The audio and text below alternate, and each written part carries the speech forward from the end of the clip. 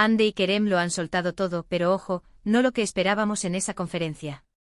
Agárrense porque lo que se dijo, o más bien lo que no se dijo y se insinuó, es un terremoto para sus fans.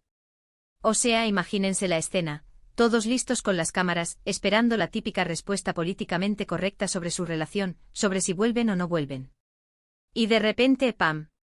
Kerem suelta una frase que dejó a todos helados, y ande, madre mía, su reacción. Parecía que se le iba a caer el micrófono. Para ser honestos, yo pensé que iban a salir con el típico rollo de somos buenos amigos, o nos apoyamos profesionalmente. Pero no, fue mucho más allá. Kerem, con esa mirada que te derrite, dijo algo así como que hay cosas que el tiempo se encarga de sanar y de revelar. Toma ya. ¿Sanar? ¿Revelar? ¿De qué estaba hablando este hombre? Y ande, que siempre se las arregla para controlar la situación, esa noche estaba diferente. Se reía nerviosa, miraba a Kerem como si le estuviera pidiendo permiso para respirar. Y cuando le preguntaron directamente por una posible reconciliación, se hizo el silencio. Un silencio incómodo, de esos que gritan más que 1000 palabras. Ella solo atinó a decir con una sonrisita tensa, las cosas a veces toman rumbos inesperados.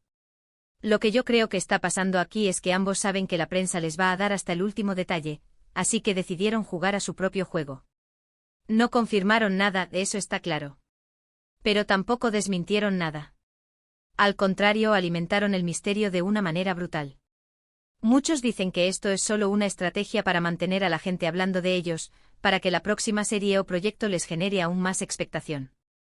Y bueno, no les voy a mentir, tiene sentido.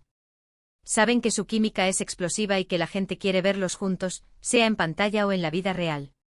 Pero, ¿y si hay algo más?